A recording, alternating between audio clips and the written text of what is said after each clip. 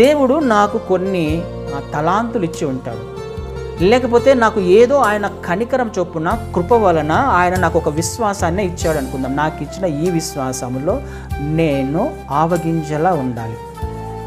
అంటే నేను నమ్మిన దానిని ఆ విశ్వాసంలో ఆవగింజంత విశ్వాసం అంటే పరిపూర్ణంగా ఉండాలి, దాంట్లో ఏ అనుమానం ఉండకూడదు. ఆ విషయాన్ని మనకు అర్థం కావాలి అని అంటే మత్తయి సువార్తలో ఉన్న 25వ అధ్యాయంలో ఎవరి సామర్థ్యం చొప్పున వాళ్ళకి 5 తలాంతులు 2 తలాంతులు 1 తలాంతు ఇచ్చాడు.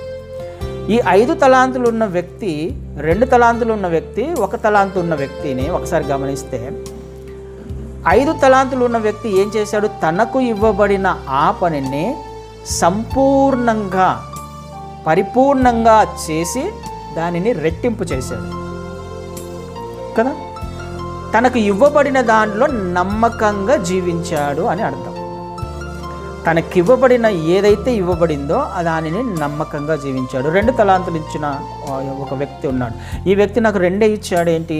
5 తలాంతుల దగ్గరికి వెళ్ళి నాకు 1 తలాంతు ఇవ్వవా, లేకపోతే 1 తలాంతుడి దగ్గరికి వెళ్ళి నీకు ఒకటే ఉంది కదా, నువ్వేం చేస్తావు, 1 నాకు ఇచ్చేసి నువ్వు ఎలాగో పూడ్చిపెట్టాలనుకుంటున్నావు కదా, నేను దాన్ని చేస్తాను, నువ్వు అవసరం లేదు లేని తలాంతుని తీసుకున్నాడు అనుకోండి. రాజు వచ్చినప్పుడు లేకపోతే దేవుడు వచ్చినప్పుడు ఏమి లెక్క అడుగుతాడు? 2 అడుగుతాడు, 3 అడగడు. చెప్పే ప్రయత్నం, అయ్యా నేను 3 తీసుకున్నాను, ఇంకొకటి కూడా తీసుకున్నాను, దీన్ని కూడా నేను రెట్టింపు చేశాను అంటే ఫస్ట్ తిడతాడు.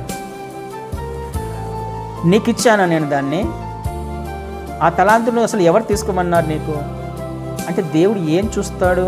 నీకు ఏదైతే ఇవ్వబడిందో అందులో నమ్మకంగా ఉంది. మనం ఏదైతే కలిగి ఉన్నామో అందులో మనము నమ్మకంగా ఉంటూ నేను వెళ్తున్నప్పుడు, ఒక్కొక్కరము వెళ్తున్నప్పుడు, సార్వత్రిక సంఘంలోని విశ్వాసులందరూ వెళ్తున్నప్పుడు, అప్పుడు వాళ్ళ పని వాళ్ళు చేస్తున్నప్పుడు ఏకత్వం సాధిస్తాం, ఐక్యతలోకి వస్తాం. అందుకని ఆయన వాళ్ళతో అంటాడు, భలా నమ్మకమైన మంచి దాసుడా. ఇంకొక మాట ఏమంటాడు?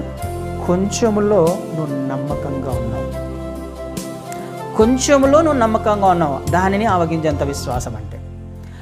మనకు ఏది ఇవ్వబడిందో దానిని మనం వీలైతే రెట్టింపు చేసే ప్రయత్నం చేద్దాం. అందులో విశ్వాసంలో బలపడడానికి ప్రయత్నం చేద్దాం. పక్కలోడి తలాంతుని వెళ్ళి తీసుకోవాల్సిన అవసరంలా, పక్కవాడి వైపు చూడాల్సిన అవసరంలా. ఇది మన పని కాదు. దేవుడు అసలు అడగడు. బైబిల్లో చాలా విషయాలు మనకు అర్థం కాని విషయాలు ఉంటాయి, మనకు తెలిసిన విషయాలు కొన్ని ఉంటాయి.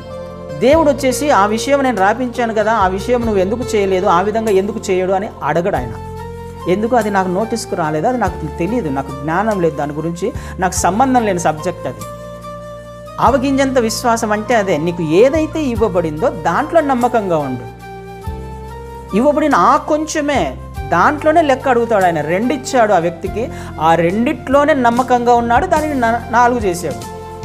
5 ఇచ్చాడు ఒకడికి, 5లోనే నమ్మకంగా ఉన్నాడు, పక్కన వారి వైపు చూడలే, అటువైపు చూడలే, ఇటువైపు చూడలే, 5లోనే నమ్మకంగా ఉన్నాడు, 10 చేశాడు. ఎలా సాధ్యమవుతుంది? నాకు ఇచ్చిన పనిని నేను చేస్తే సాధ్యమవుతుంది.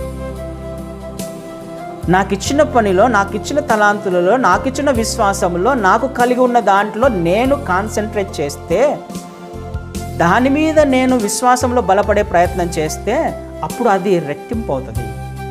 దాంట్లో మాత్రమే దేవుడు లెక్క అడుగుతాడు నిన్ను. పక్కనోడిది అడగడు, ఇంకొకరిది అడగడు, వేరే వాళ్ళ లెక్క ఆయనకు అనవసరం. ఆయన అడగడు. నువ్వు ఒకవేళ ప్రయత్నం చేసి నువ్వు చెడ్డైపోతావేమో దేవుని దగ్గర. అలాంటి పనులు చేయకుండా మనం ఐక్యత ఎప్పుడు వస్తుంది నాకు అంటే, నాకు దేవుడు ఏదైతే అప్పచెప్పాడో దాంట్లో నేను నమ్మకంగా ఉండాలి, అంత మాత్రమే నేను చేయాలి, వేరేది చేయకూడదు.